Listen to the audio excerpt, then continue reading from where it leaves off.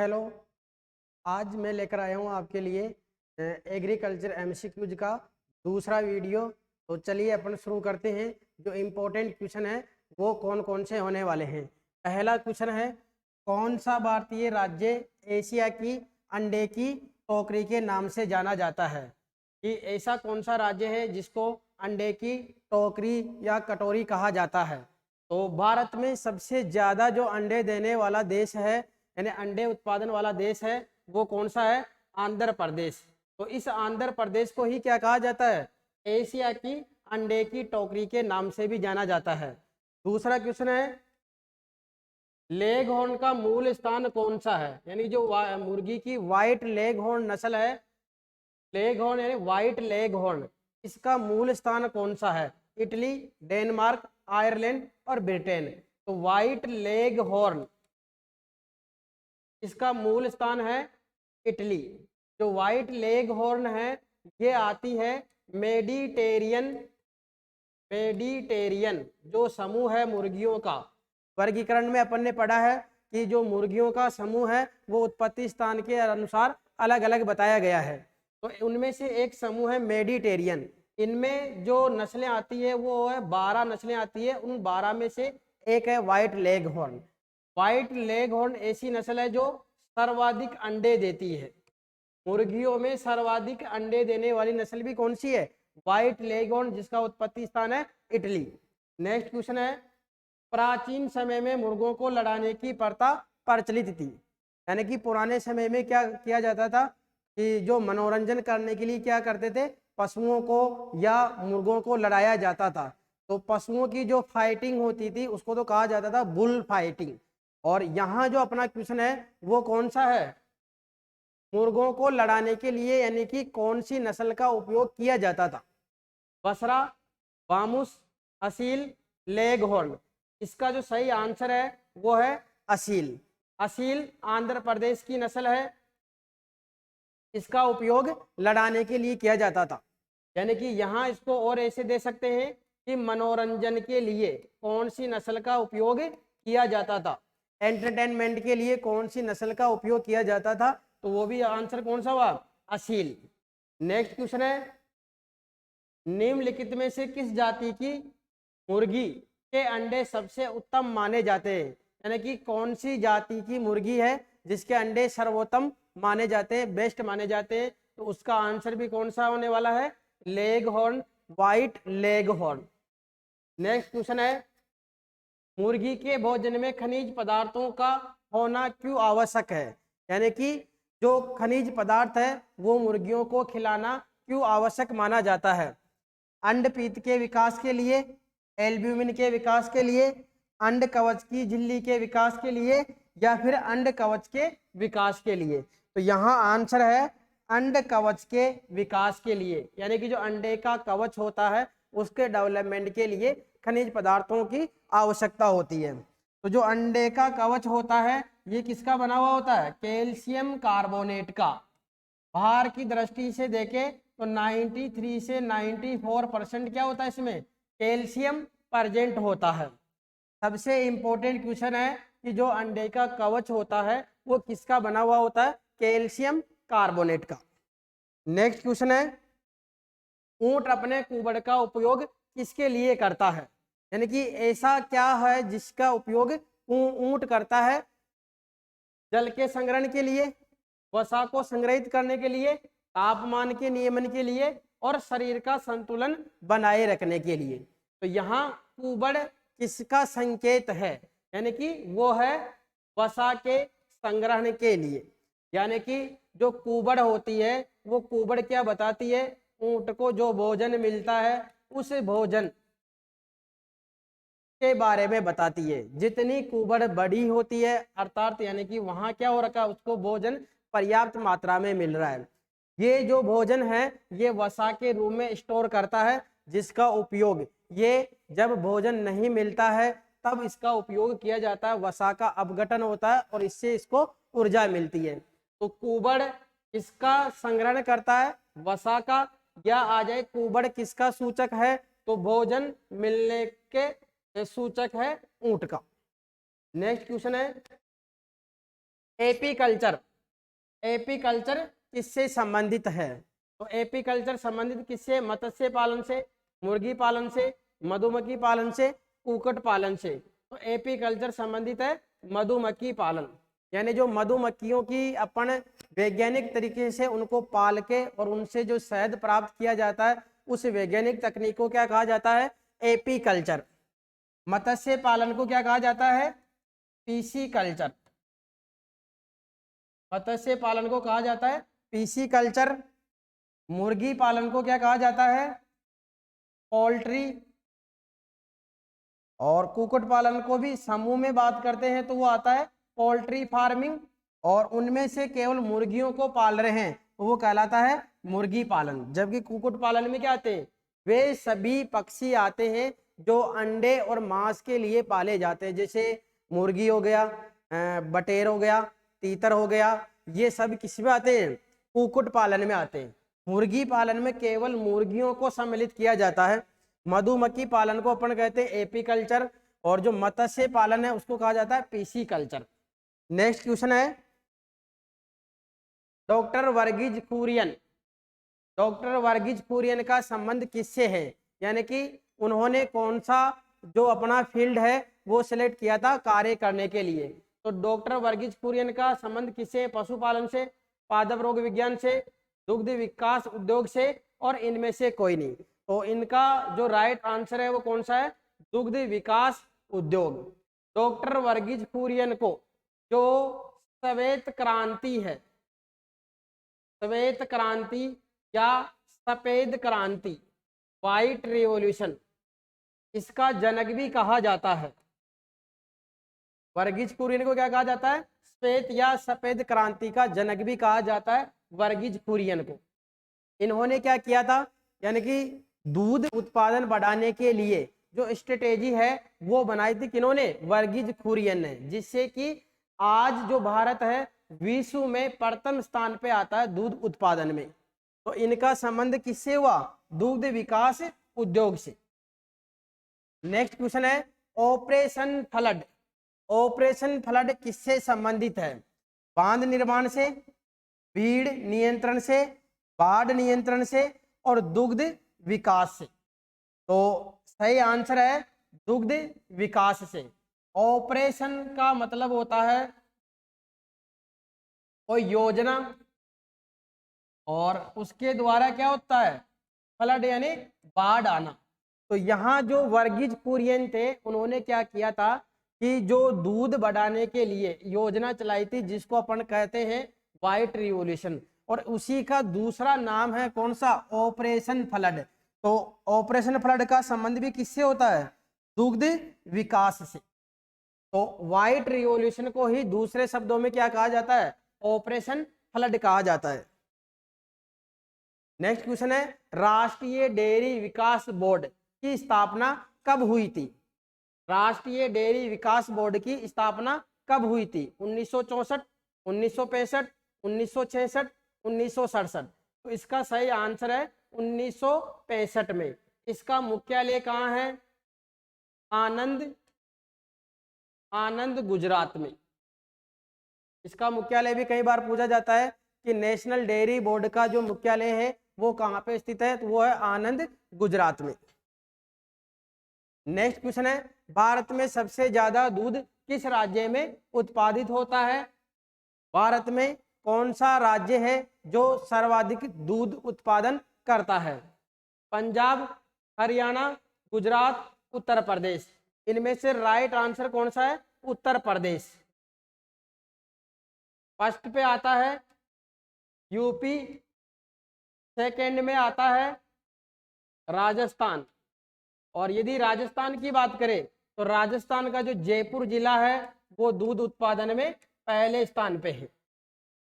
भारत में सर्वाधिक दूध उत्पादन कहाँ होता है? उत्तर प्रदेश में। दूसरे नंबर पे आता है राजस्थान। विश्व में सर्वाधिक दूध उत्पादन कहाँ होता है? वो होता है भारत में। भारत में कहाँ होता है? उत्तर प्रदेश में। यदि राजस्थान की बात करें तो उसका कौन सा पोजीशन है? सेकेंड। राजस्थान की बात करें, राजस्थान में सर्वाधिक दूध कहाँ होता है? वो होता है जयपुर के अंदर। नेक्स्ट क्वेश्चन है प्रति व्यक्ति प्रतिदिन दुग्ध की उपलब्धता कितनी होनी चाहिए? अर्थात एक व्यक्ति को एक दिन में कितना दूध उपलब्ध होना चाहिए? 201 ग्राम, 210 ग्राम, 250 ग्राम, 280 ग्राम। तो ये है इसका राइट आंसर 280 ग्राम। 300 ग्राम होनी चाहिए क्या? सब्जियां, ध्यान रखना ये भी 300 ग्राम होनी चाहिए सब्जियां। 120 ग्राम होना चाहिए क्या? फल। जेट में 2 से 3 बार क्वेश्चन पूछा गया है, प्रति व्यक्ति सब्जियों की उपलब्धता कितनी होनी चाहिए? दैट मीन्स यानी कि जो सब्जियां हैं एक व्यक्ति को एक दिन में कितनी खानी चाहिए? वो है 300 ग्राम। दूध कितना पीना चाहिए या कितनी रिक्वायरमेंट रहती है? वो है 280 ग्राम। नेक्स्ट क्वेश्चन है, दूध से दही, दूध से जो दही बनता है वो कौन सी प्रक्रिया के द्वारा बनता है? पाश्चुरीकरण, किण्वन, उपापचय, विघटन, पाश्चुराइजेशन, फर्मेंटेशन, मेटाबॉलिज्म और ब्रेकडाउन प्रक्रिया से। तो यहाँ इसका जो सही आंसर है वो है किण्वन। किण्वन क्या होता है? कोई भी जो पदार्थ है उसका सूक्ष्म जीवों के माध्यम से अपघटन होता है। तो यहाँ जो किण्वन होता है उस प्रक्रिया के द्वारा दूध से दही बनाया जाता है। इसमें जो जीवाणु काम में आता है वो इंपॉर्टेंट है।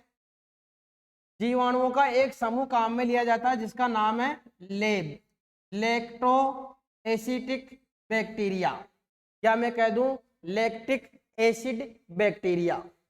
इनमें से एक जीवाणु है जिसका नाम है लैक्टोबैसिलस। लैक्टोबैसिलस ये जीवाणु क्या करता है? दूध को दही में बदलता है। कितना टेम्परेचर चाहिए? 21 डिग्री सेल्सियस। ये भी ध्यान रखना है, दूध से दही बनने के लिए उपयुक्त तापमान कितना होता है? 21 डिग्री सेल्सियस।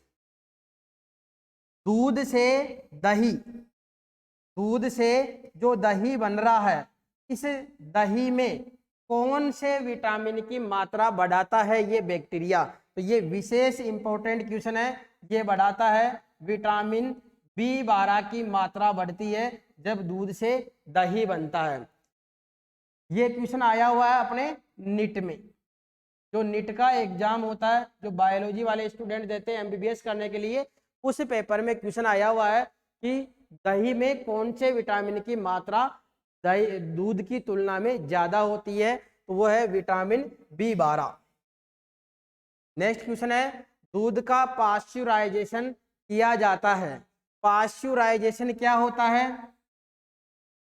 यानी कि एक निश्चित जो टेम्परेचर है उस निश्चित टेम्परेचर पर जो निश्चित टाइम है उस टाइम पर यानी कि गर्म किया जाता है, जिससे कि उसमें उपस्थित जो सूक्ष्म जीव होते हैं, माइक्रो ऑर्गेनिज्म होते हैं, वो नष्ट हो जाते हैं।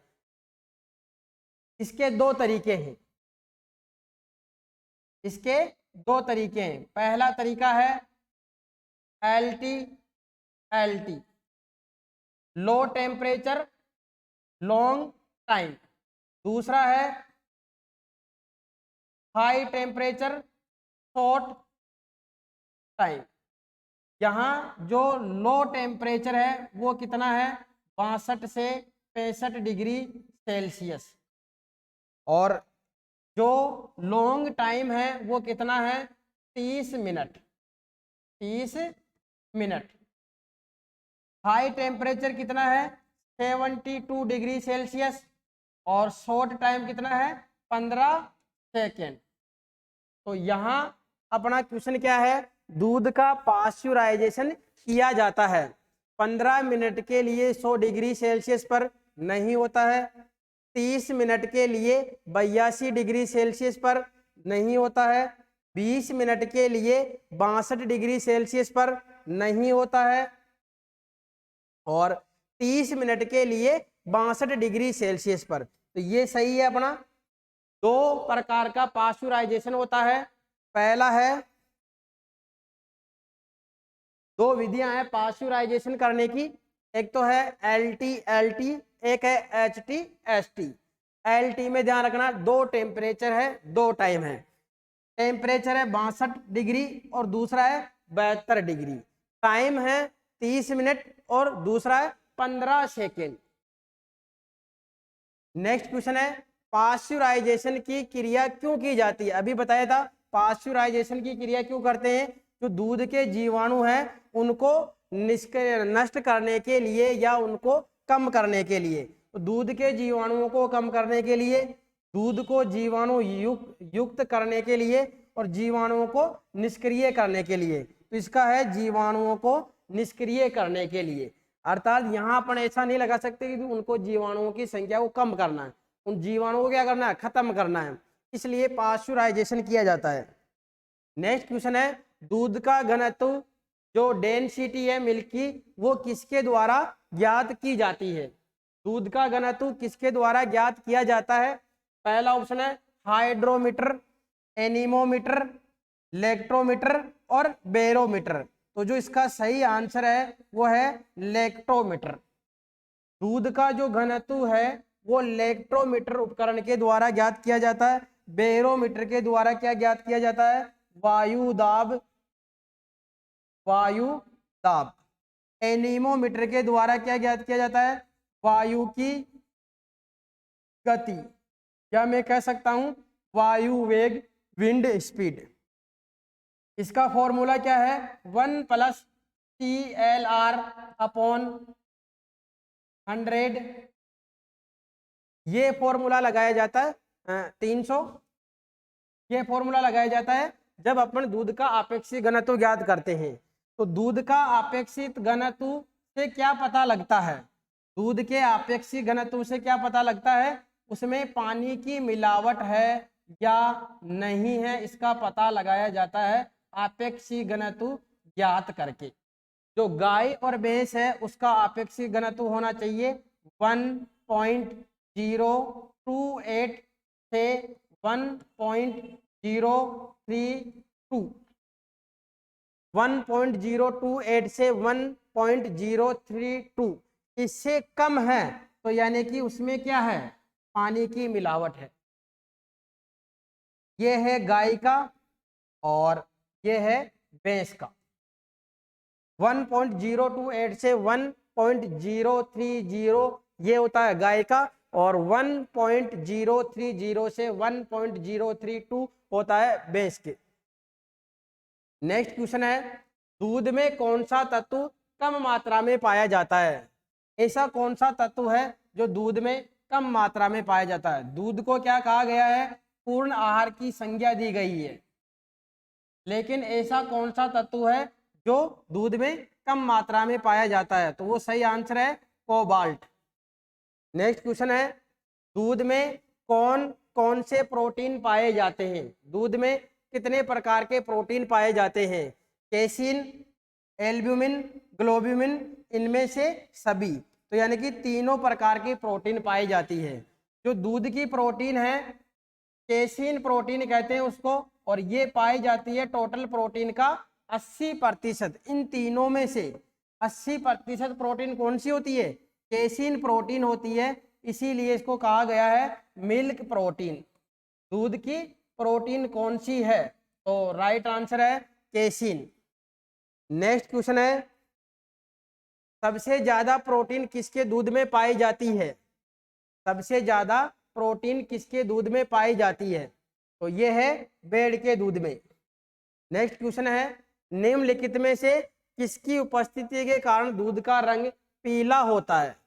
किसके कारण दूध का रंग पीला होता है?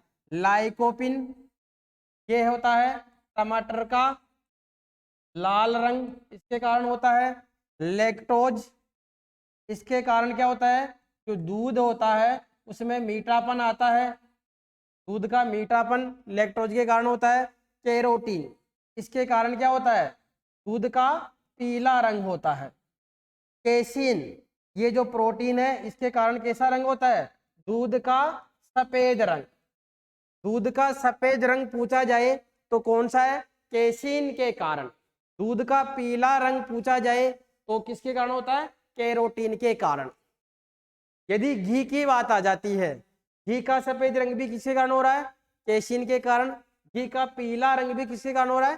कैरोटीन प्रोटीन के कारण। निम्नलिखित में से किसकी उपस्थिति के कारण दूध का रंग सफेद होता? अभी बता दिया कौन सा, केसिन। नेक्स्ट, निम्नलिखित में से किसकी उपस्थिति के कारण दूध में मिठास आ जाती है? ये भी बता दिया मैंने कौन सा, लैक्टोज के कारण। यहाँ विशेष ध्यान रखना, जो लैक्टोज है ये एक कार्बोहाइड्रेट है, कार्बोहाइड्रेट है। जो कार्बोहाइड्रेट होता है ये 3 प्रकार का होता है, मोनोसेकेराइड, ओलिगोसेकेराइड और पॉलीसेकेराइड। 3 प्रकार के कार्बोहाइड्रेट होते हैं। तो यहाँ जो लैक्टोज है वो किस प्रकार की शर्करा है? तो ये है ओलिगोसेकेराइड की। ओलिगोसेकेराइड 3 प्रकार का मुख्य रूप से अपन पढ़ा जाता है, डाइसेकेराइड, ट्राइसेकेराइड, टेट्रासेकेराइड। इनमें से जो लैक्टोज है ये किस प्रकार की शर्करा है? डाइसेकेराइड, यानी कि 2 मोनोसेकेराइड के कॉम्बिनेशन से ये शर्करा बनती है जिसको कहते हैं अपन लैक्टोज। तो इसको क्या कहा गया है? Milk sugar. क्वेश्चन आता है मिल्क शुगर, दूध की शर्करा कौन सी है? तो वो है लैक्टोज। ये किससे किससे मिलकर बनी हुई है? ग्लूकोज और गैलेक्टोज के द्वारा मिलकर बनी हुई है कौन सी? लैक्टोज। नेक्स्ट क्वेश्चन है, घी में वसा की मात्रा कितनी प्रतिशत होती है? घी में कितनी वसा की मात्रा पाई जाती है? 90%, 95%, 99%, 100%। तो इसका सही आंसर है 99% से ज्यादा वसा है किसी प्रोडक्ट में, दूध के में, तो उसको क्या कहा जाता है? घी कहा जाता है। नेक्स्ट क्वेश्चन है, निम्नलिखित में से किसकी उपस्थिति के कारण देसी घी में एक विशेष प्रकार की सुगंध आती है? जब भी अपन घी खरीदते हैं तब उसको सूंघ के देखते हैं कि वो ताजा है या खराब हो रखा है, तब उसमें जो घी होता है तो उसमें एक वास्तविक सुगंध आती है। वो किसके कारण आती है? वो आती है लैक्टोज, केसिन या डाइएसिटल या इनमें से कोई नहीं। तो सुगंध आने का जो कारण है वो कौन है? डाइएसिटिल। नेक्स्ट क्वेश्चन है, कीस कोलेस्ट्रॉम या कीस कोलेस्ट्रॉम क्या होता है? मादा के बच्चा देने के बाद का शरण, फटा हुआ दूध, संघनित दूध, पाश्चुराइज्ड दूध। तो कीस कौन क्या होता है? मादा के, सीधा मैं कहूं कि जो वत्स्य जनन यानी कि बच्चा देने की जो क्रिया हो रही है उसके 5 दिन के भीतर भीतर जो दूध प्राप्त होता है, जिसको अपन सामान्य रूप से दूध ही कहते हैं, लेकिन जो लैक्टियल शरण प्राप्त होता है 5 दिन तक, उसको क्या कहा जाता है? कीस कहा जाता है। और जो कीस होता है ये नवजात, जो नवजात बछड़े होते हैं या बच्चे होते हैं उनके लिए मुख्य आहार माना जाता है। क्यों? क्योंकि इसमें क्या होता है? कैल्शियम और फास्फोरस दूध की तुलना में ज्यादा होता है, इसलिए ये क्या काम करता है? जो कीस होता है ये रेचक का काम करता है, रेचक लग्जेटिव का काम करता है। अर्थात जो भी बच्चों के शरीर के अंदर जो गंदगी भरी हुई रहती है, कीस पिलाने से वो क्या होते हैं? दस्त के माध्यम से बाहर आ जाते हैं। ये बच्चों में क्या करता है? रोग प्रतिरोधक क्षमता, सबसे इंपॉर्टेंट है, रोग प्रतिरोधक क्षमता विकसित करता है बच्चों में। इसी कारण क्या होता है? जो नवजात बछड़ा होता है पशुओं में, वो तुरंत क्या होता है? खड़ा हो जाता है। कितना कीस पिलाना चाहिए? तो जो शरीर बाहर होता है नवजात का, उसका 10% कीस पिलाना आवश्यक माना गया है। तो कीस से संबंधित जो इंपॉर्टेंट है वो क्या है? कीस क्या होता है? नवजात बछड़े को जन्म देने के पश्चात जो भी लैक्टियल शरण प्राप्त होता है, कितने दिनों तक? 5 दिनों तक, तो उसको क्या कहा जाता है? कीस कहा जाता है। जब भी अपन इस कीस को गर्म करते हैं तो ये क्या होता है? फट जाता है, क्योंकि इसमें अम्लता की मात्रा क्या होती है? दूध की तुलना में ज्यादा होती है। किसको उपयोग लिया जाता है? नवजात बछड़ों को पिलाया जाता है। क्यों? क्योंकि इसमें कैल्शियम फास्फोरस ज्यादा होती है। कैल्शियम फास्फोरस क्या करता है? हड्डियों को मजबूत करता है, जिससे कि रोग प्रतिरोधक क्षमता क्या होती है? बढ़ती है। किस प्रकार का पदार्थ है? रेचक प्रकार का। कितना उपयोग करना चाहिए? शरीर का 10% भार का कीस पिलाना जरूरी है। सपोज कीजिए जैसे 100 किलो है किसी का भार, तो उसका कितना 10% यानी 10 किलो उसको कीस पिलाना आवश्यक है। ये जो प्री पीजी का एग्जाम होता है यानी एमएससी करने के लिए, उसमें भी क्वेश्चन पूछा गया है कि नवजात बछड़े का कितना प्रतिशत भार कीस पिलाना चाहिए? 10%। ये जो इम्पोर्टेंट क्वेश्चन है इसी सीरीज में अपन कल और दूसरे जो इम्पोर्टेंट क्वेश्चन होने वाले हैं पशुपालन से संबंधित, उनको और इन्वॉल्व करेंगे और उनको डिटेल से सोल्व करने की कोशिश करेंगे, जिससे कि अपने कम समय में अपना जो टाइम बचा हुआ है इसी में अपन मैक्सिमम से मैक्सिमम तैयारी कर सके। यदि ये वीडियो अच्छा लगा, यदि ये क्वेश्चन आपके लिए इम्पोर्टेंट है, तो अपने दोस्तों के साथ भी इसको शेयर करें। धन्यवाद।